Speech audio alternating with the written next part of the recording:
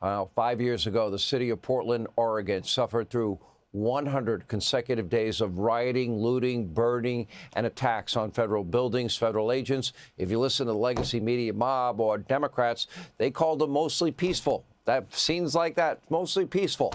Radical leftists are at it again, staging loud, violent, zany nightly protests outside the ICE office in Portland, dressing up like chickens, burning MAGA hats. I'm having a hard time understanding this new Democratic Party.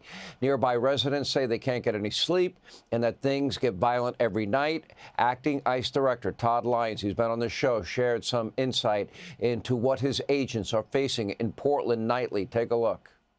But we're out there every night battling, people that are bringing sticks, bats, shields, throwing their own CS grenades at us. So it's not a peaceful situation. It's not First Amendment. Now, President Trump, he is cracking down, mobilizing the National Guard to protect the ICE agents and protect federal property. The left, of course, they're in total freakout mode. A lawsuit has already been filed. Protests, more of them are planned.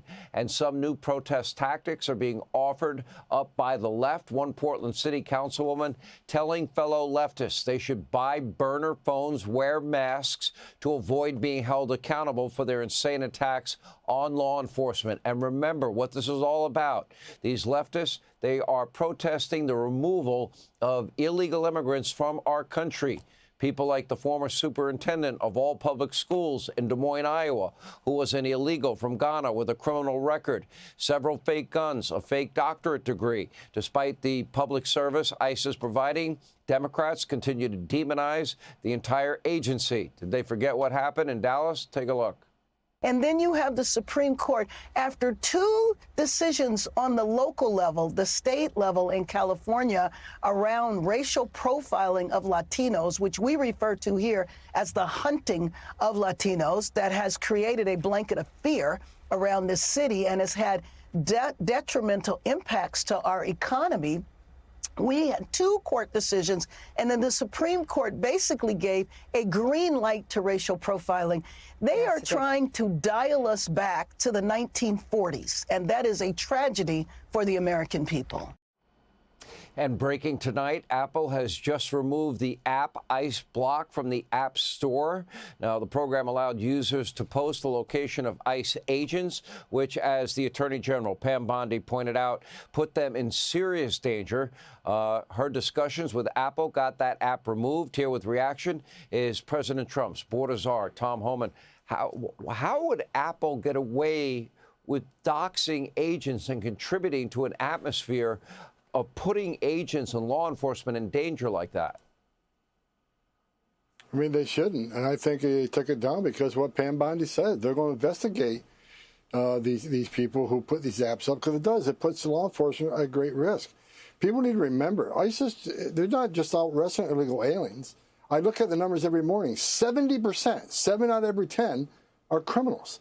And the other 30% include national security threats. To give anybody a heads up, ICE is working right now on 14th Street and Broadway. If you're a criminal in that area, there's going to be that population, that percentage is going to prepare for ICE to come, and someone's going to get hurt. Someone's going to get killed. They gave a heads up to the bad guy. Someone's about to knock at your door. So I'm glad Pam Bondi's stepping up. DOJ's investigating this heavily. I think that's why the app went down, because they're looking at a criminal investigation.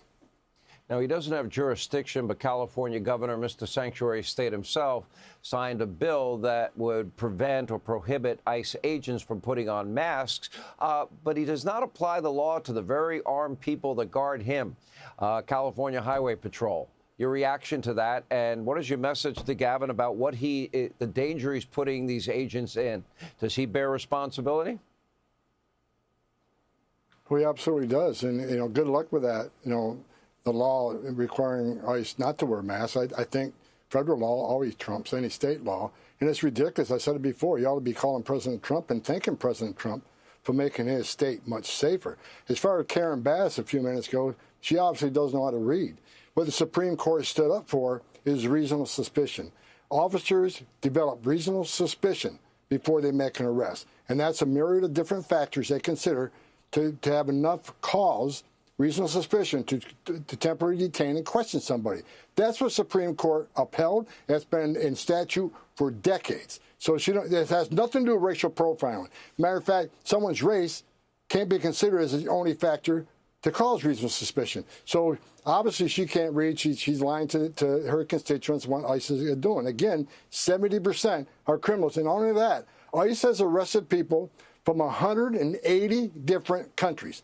Now, I think there's like 195 sovereign nations. We arrested people from Asian countries, from European countries, from Caribbean countries. So we're arresting people from 180 different countries. This isn't about hunting Latinos. That's a disgusting remark. Okay, let's talk about the hunting of Latinos and the never-ending refrain of racist, Nazi, fascist, Gestapo, on and on and on. Do you believe it is increasing the incidence of violence and the risk to the lives of your agents? Absolutely. And you and I talked about this, I think, back in March, Sean. I said if the hateful rhetoric doesn't decrease, someone's going to be killed. And, of course, the left went crazy. I can't believe Homan said that. And, unfortunately, I've been right. There's been 3 shootings in Texas alone where one officer was shot in the neck. One of the bad guys was killed by Border Patrol agents when he attacked their facility. Yeah, and now we got a detainee that was killed, not 2, in Dallas, Texas, when they were shooting into a van, hoping to hit ICE agents, but the van is shaded, so they actually hit our detainees. So, and I tell you what, it's not over. If the rhetoric doesn't stop, it's going to happen again. I've seen this game over and over again in my 40 years. This movie's going to play again unless the rhetoric stops. Last question. What is the situation on the ground with Antifa and the organization and seemingly the approval of local government with Antifa outside of ICE facilities in Portland?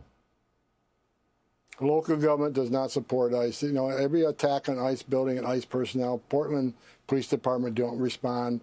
Even though these officers and agents and employees are taxpayers of the city of Portland, the Portland PD has a responsibility to protect them too. I was up there a few weeks ago.